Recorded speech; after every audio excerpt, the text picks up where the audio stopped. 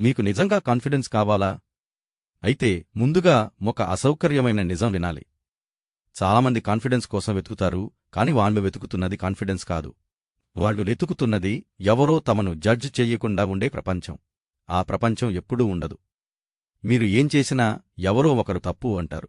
మీరు మాట్లాడినా మాట్లాడతారు, మౌనంగా ఉన్నా మాట్లాడతారు. ఇప్పుడు ఒక ప్రశ్న.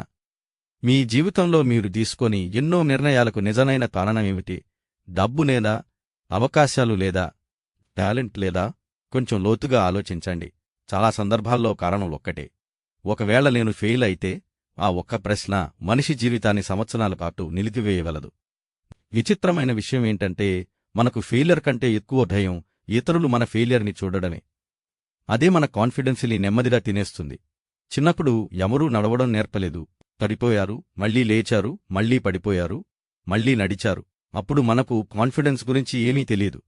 కాని మనం నేర్చుకున్నాం. ఇప్పుడు మాత్రం పరిస్థితి తారుమారైంది. ఇప్పుడు మనం ముందుగా కాన్ఫిడెన్స్ రావాలని ఎదురుచూస్తాం, తర్వాత పనిచేస్తామని అనుకుంటాం. అదే పెద్ద పొరపాటు. ఎందుకంటే కాన్ఫిడెన్స్ అనేది పనిచేయడానికి ముందు వచ్చే భావన కాదు, పనిచేసిన తర్వాత మెదడిచ్చే రివార్డ్. ఇది చాలామందికి అర్థం కాదు. అందుకే సంవత్సరాలు గడుస్తాయి, ఆలోచనలు మారుతాయి, డ్రీమ్స్ మారిపోతాయి. కాని జీవితంలో పెద్ద మార్పు మాత్రం కనిపించదు. ఎందుకంటే వాళ్లు యాక్షన్ కోసం, కాన్ఫిడెన్స్ కోసం ఎదురుచూస్తున్నారు. అసలు రియాలిటీ మాత్రం దానికి పూర్తిగా విరుద్ధం. మీరు యాక్షన్ తీసుకుంటేనే కాన్ఫిడెన్స్ కుడుతుంది.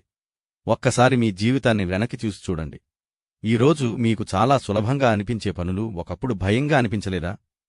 మొదటిసారి బైక్, మొదటిసారి జాబ్ ఇంటర్వ్యూ, మొదటిసారి కొత్త మనిషితో మాట్లాడటం, మొదటిసారి పబ్లిక్లో మాట్లాడటం. ఆ రోజు మీకు కాన్ఫిడెన్స్ లేదు, కానీ మీరు చేశారు. ఇప్పుడు అదే పని గురించి 2 సార్లు కూడా ఆలోచించరు. అంటే మారింది పరిస్థితి కాదు, మారింది నీ మెదడు.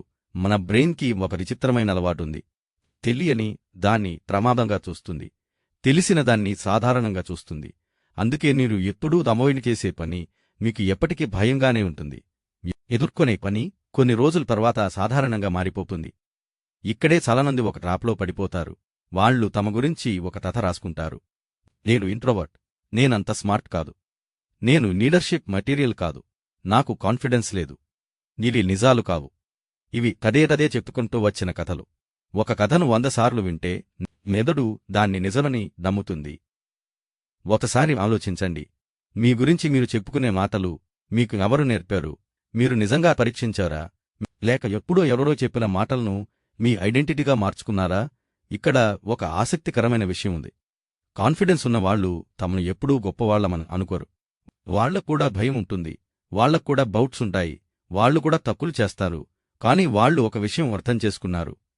నా భయం నా భవిష్యత్తును నిర్ణయించకూడదు. అంతే. మనం చాలాసార్లు కాన్ఫిడెన్స్ని ఫీలింగ్గా చూస్తాం, కాని అది ఫీలింగ్ కాదు, అది ఎవిడెన్స్. మీ మెదడు మిమ్మల్ని నమ్మాలంటే మీరు ఇచ్చే చిన్న చిన్న ప్రూఫ్లు కావాలి. ఈరోజు ఒక చిన్న పని పూర్తి చేశారు, ఒక ప్రూఫ్. రేపు ఇంకో పనిచేశారు, ఇంకో ప్రూఫ్. మరుసటి రోజు మరో అడుగు వేశారు, ఇంకో ప్రూఫ్. ఈ చిన్న ప్రూఫ్లే ఒకరోజు మీలో పెద్ద నమ్మకంగా మారతాయి. ఇక్కడ ఇంకో నిజముంది. సోషల్ మీడియా మనకు ఒక ప్రమాదకరమైన భ్రమణ అమ్మింది. అందరూ చాలా కాన్ఫిడెంట్గా ఉన్నట్టు కనిపిస్తారు. కెమెరా ముందు నవ్వే ప్రతి వ్యక్తి కెమెరా వెనుక కూడా అంతే స్ట్రాంగ్గా ఉంటాడని అనుకోవడం పెద్ద పొరపాటు. మనం వాళ్ల హైలైట్ రీల్ని మన బిహైండ్ ద సీన్స్తో కంపేర్ చేస్తుంటాం. ఆ కంపారిజన్లో ఎప్పటికీ మనమే ఓడిపోతాం. ఎందుకంటే మనకు మన డౌట్స్ తెలుసు, వాళ్ల డౌట్స్ కనిపించవు.